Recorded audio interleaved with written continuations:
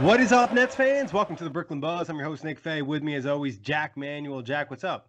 We are at the conclusion of the player preview series. We are, and today we're talking Rodions and Taurean Prince. Before we get started, though, quick reminder, you can find us on iTunes, Blog Talk Radio, OTGBasketball.com, NetsRepublic.com, Google Play, Dash Radio, and YouTube. Also head to Design/Off the Glass, grab some Brooklyn Buzz tees. But, Jac, we'll start with Taurean Prince, who obviously played on the Hawks last season, not with the Nets.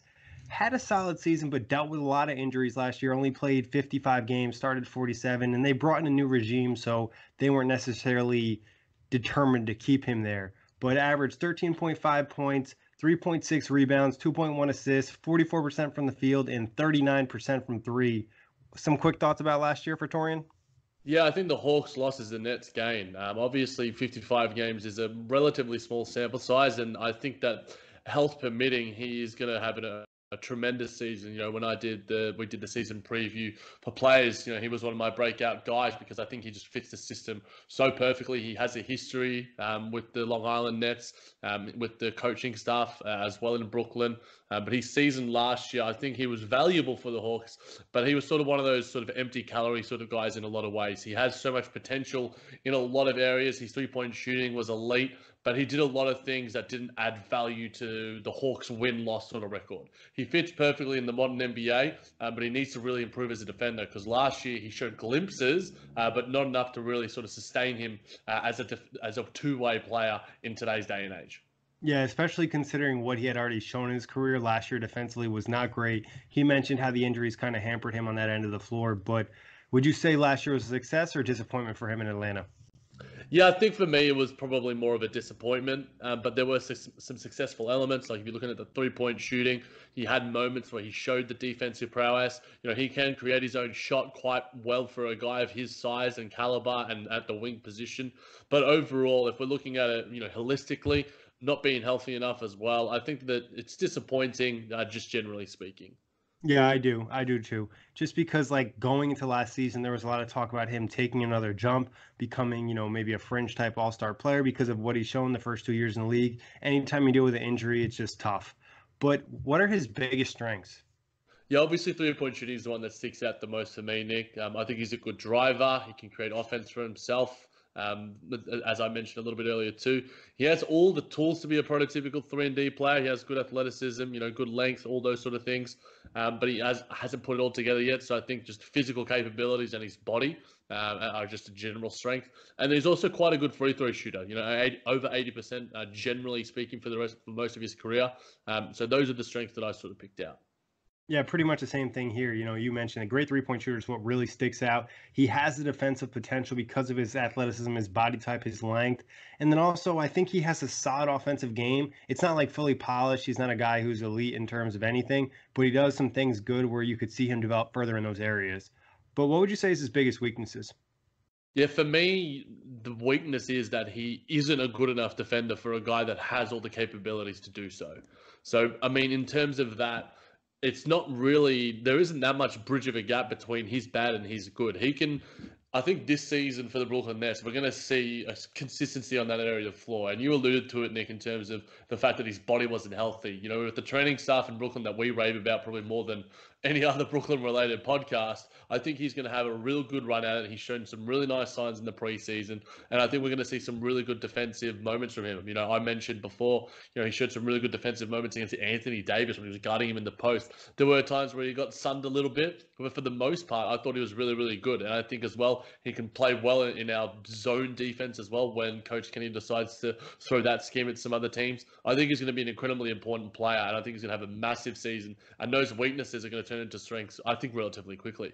Yeah, that's the nice thing about his game is that the weaknesses you do see are correctable. You mentioned the defensive consistency, but I think overall consistency offensively, if you look at a lot of his game logs from last year, there's a lot of games under 10 points and games above 10 points, and some of that is obviously being in and out of the lineup with health. That kind of is just going to hamper you. Obviously, he's not necessarily going to create for others, and I think he could probably be a little bit better rebounder.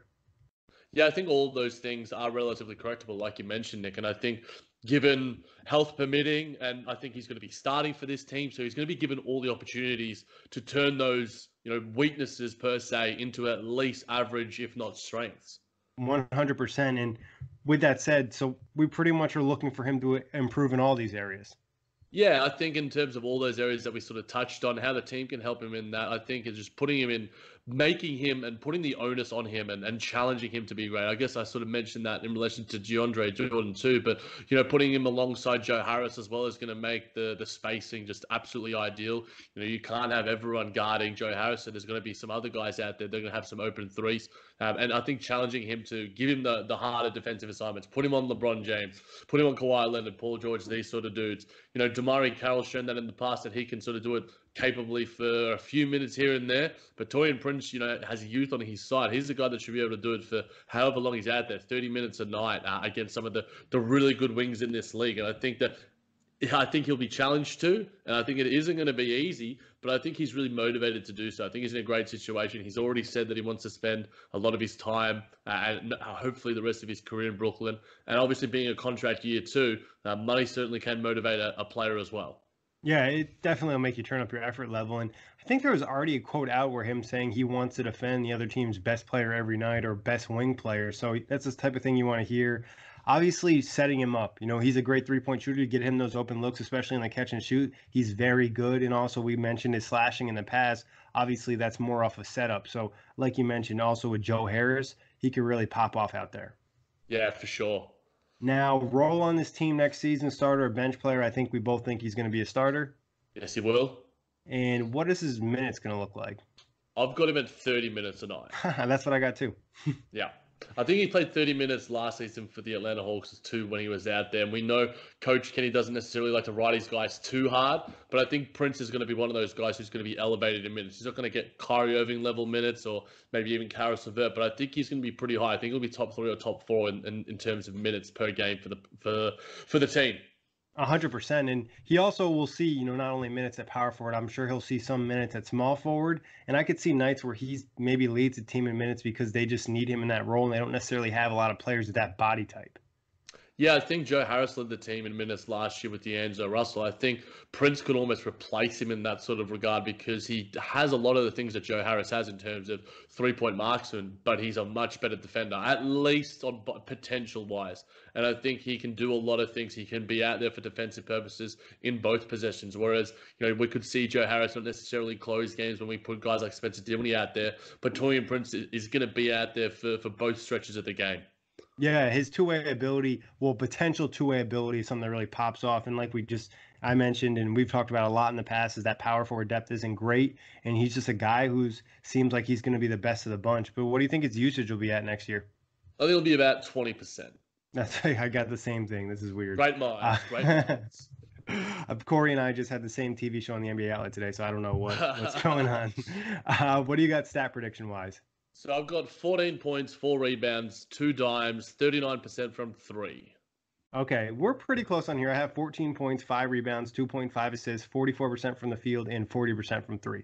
I did have 44% from the field, though. so we're in sync right now. We're ready for the regular season. It's approaching. Big time.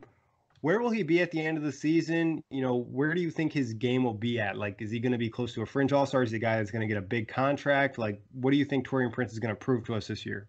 Yeah, I think one of Nets Twitter alum, Matt Brooks, sort of put the fact out there that if the Nets are really sort of popping, that he could see an all-star, him or Joe Harris could see an all-star role in a sense of what the Atlanta Hawks sort of had, a couple of seasons ago in terms of, all their role players were sort of out there. I don't see it happening. For me, can he really solidify himself as the next 3-and-D guy, Damari Carroll version and earn himself a nice sort of payday? I think all of that is going to align perfectly. I think by the end of the season, we don't necessarily need him to be an all-star. We need to be a consistent performer. And I think, like you mentioned, Nick, consistency is key. And if he is consistent, he's going to get paid. He's going to solidify himself as a starter.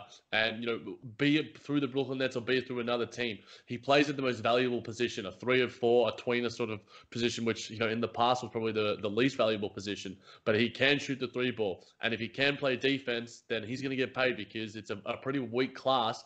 And he's going to, I think, Damari Carroll light at this sort of stage, he could even exceed that because he has, I think, a little more athleticism than a guy like Damari Carroll. Maybe I'm overlooking it a little bit, but we saw what happened to Damari Carroll in Toronto. He earned himself a nice payday, and then obviously we earned that salary dump, which worked out nicely for us. But, we could see a similar payday for a guy like Taurean Prince.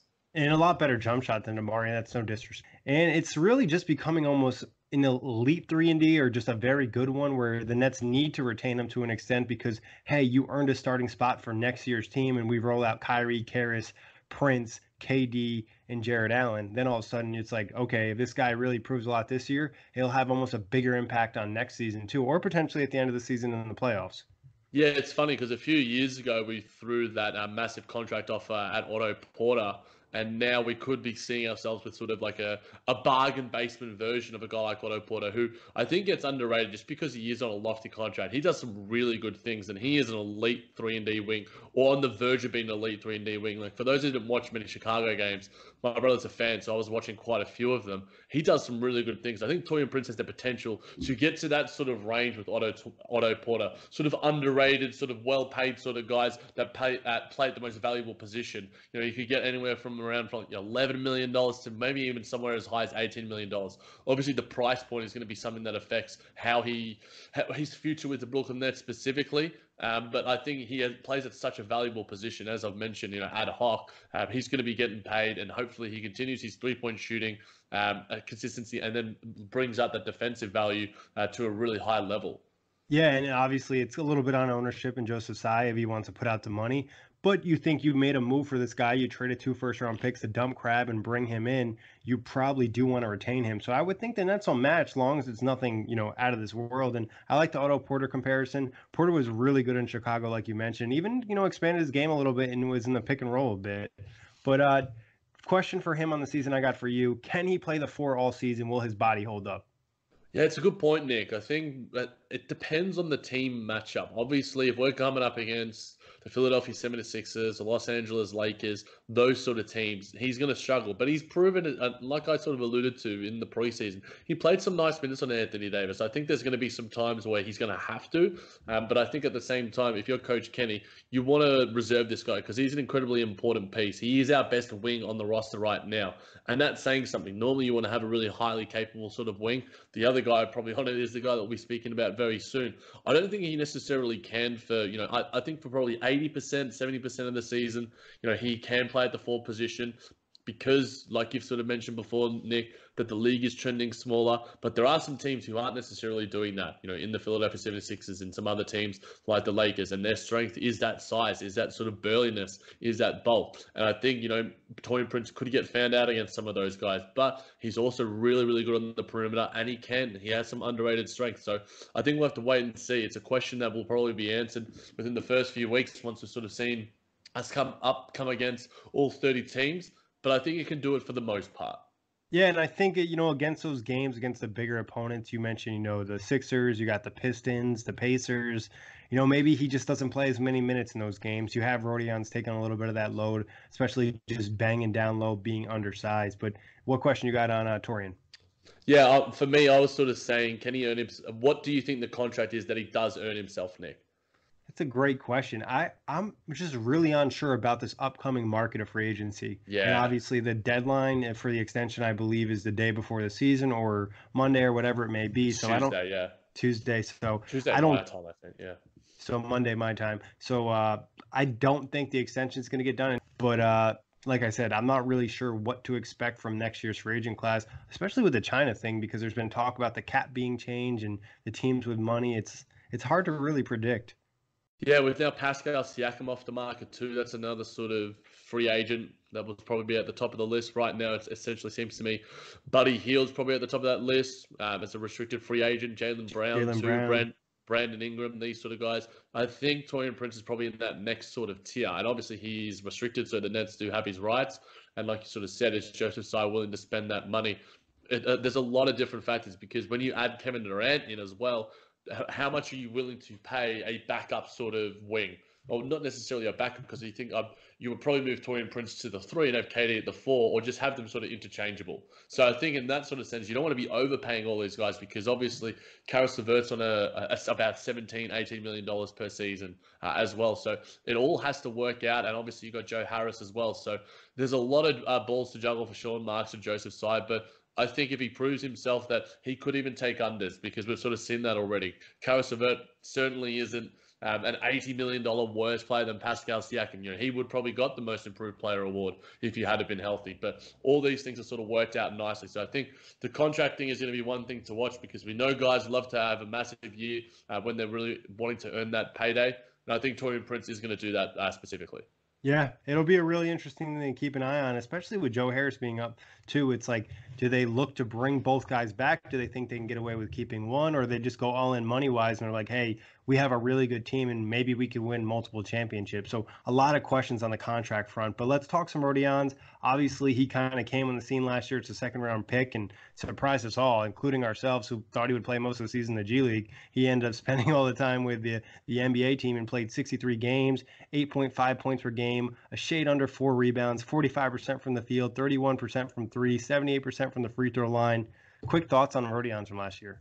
Yeah, I think I guess 30 or 40 games. I think we were both around that mark, and we were both happily wrong with that. He provided some of the real energy highlights of the season for the Brooklyn Nets. Whenever he came off the bench or whenever he was starting and he just got the ball, he got a block, or he was out in transition in the open court, he just lifted the team. He got the bench dancing. He was absolutely awesome. So such a tremendous season from a second round pick. Yeah, I mean, there's probably a real argument if Rodion's not on the team last year, they don't make the playoffs because of the role he provided and the skill set he had. He just brought a lot of energy, and his most known play last year was steal and slam. Like, he would always get in the passing lanes, grab a steal, and get an easy dunk in transition. That's the type of thing you need. Yeah, it really lifts the team, and obviously it shows his defensive prowess, and it also shows his control within the open court. I think that's probably, when we get to his strengths and weaknesses, it's one thing that I think I've sort of seen from him in the preseason that has gotten a lot better. But yeah, when it was his patented play. It was the roadie play, if you want to call it that. Yeah. And obviously we both say success because of just being a second round pick and coming on the scene like this. That's impressive. Yeah, he was probably one of the most surprising players for the Nets, if not the most surprising player. It was just out of nowhere. I think a lot of expectations were on Musa being the late first rounder. But then Rhodey just does his thing because he has this size, he has this intangible nature to him as being a guy who's just quite tall, obviously quite slight, but he could annoy the heck out of guys. We saw Vince Carter, him endear himself to Vince Carter in person as well, which was a bit of fun. And the same thing sort of happened with Blake Griffin as well. He was just one of those guys who just did those sort of things, and obviously he got the comparison to Andrei Kirilenko. For me, Rhodey's just his own sort of beast, and I'm hoping. Obviously, it's probably not valuable or not worth speaking about the court date, because if we were doing this maybe tomorrow or the next day, we'd be able to comment on it. But hopefully, we've mentioned it in previous buzzes before, hopefully all that gets sorted out for all parties involved, and there's a happy resolution for all the parties, from Rhodey to his ex-girlfriend, and hopefully that gets sorted out so we can talk about the stuff that he does on the court. Yeah, 100%. And obviously he'll potentially have a really big role on this team, and it's going to impact the Nets pretty dramatically depending on what happens with that court date. But Jack, biggest strengths of Rhodey's game? Yeah, for me, it's cutting, his open court play, his speed. He's an annoying defender, and just that intangible energy that he provides.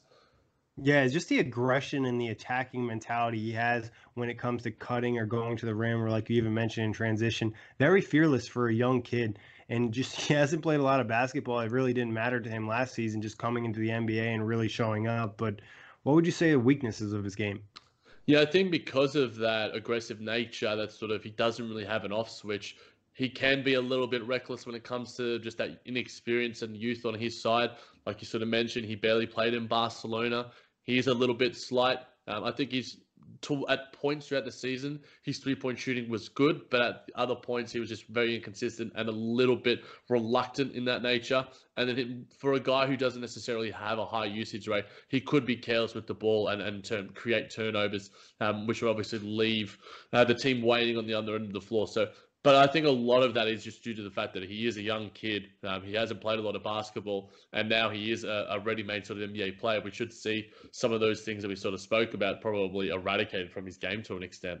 Yeah, pretty much the same things you got, Jack. Inconsistent shooter, has bad fouls. Basketball IQ is rough at times, and I think that's from just a lack of experience. And you mentioned kind of being a little too aggressive. He just tries to do too much sometimes when he doesn't need to.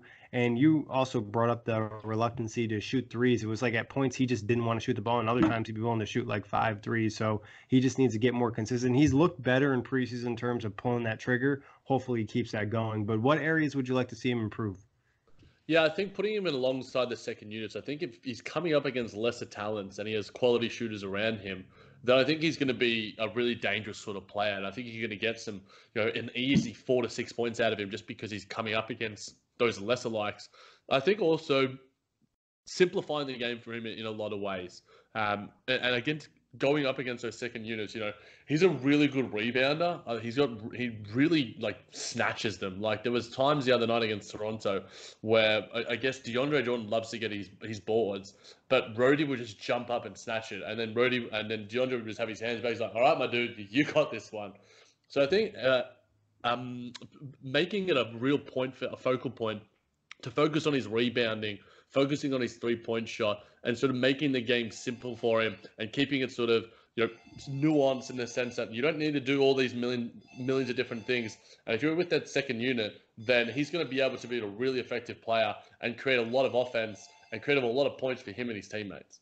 Yeah, no, that's a really great point. Putting him with the second unit, obviously getting him some shooters, and overall for his game, it's really just a lot of polish. And then a lot of the things we mentioned as weaknesses are correctable. And I like the point about rebounding too, because he really attacks the boards and goes up there and gets it. He's full of energy, and that's a great way to use it.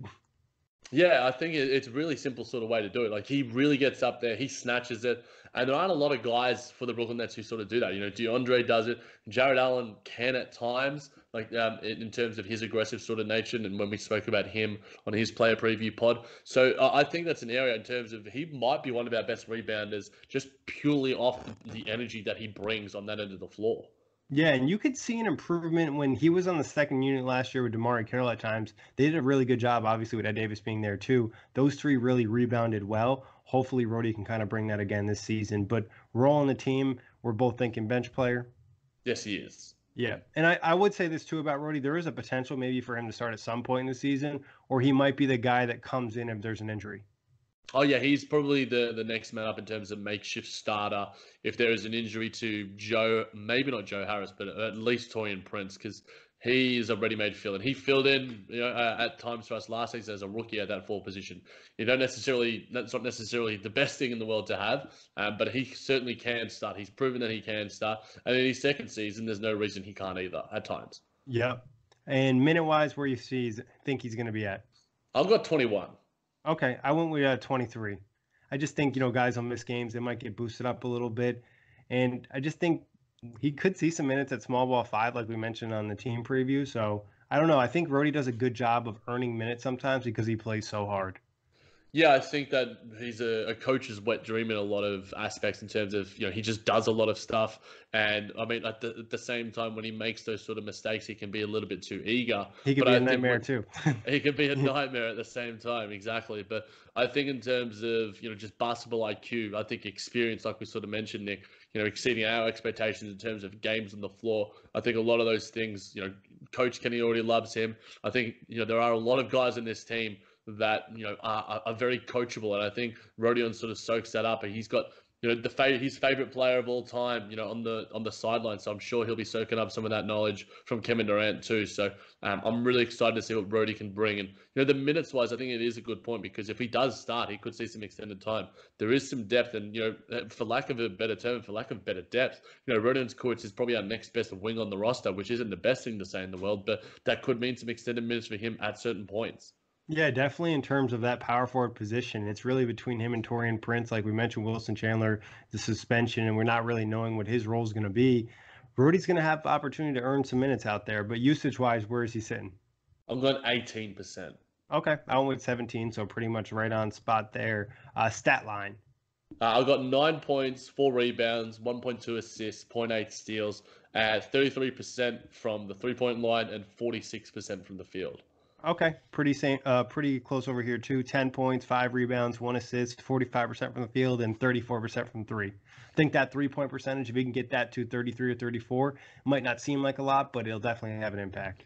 Yeah, our average and the league average is generally around 35-ish, if not 35 and a half. So if he's just under that, then I'd be pretty happy. And we spoke about it with Karis LeVert as well. If both of these guys can hit their shots, they're going to be earning those minutes. Yeah, and I think Rhodey's stroke doesn't look that bad. Like for a young player, it's not like you're like, oh God, I don't want him to shoot. It's disgusting. Obviously, he could still use a little work, but I think he could make some progress there.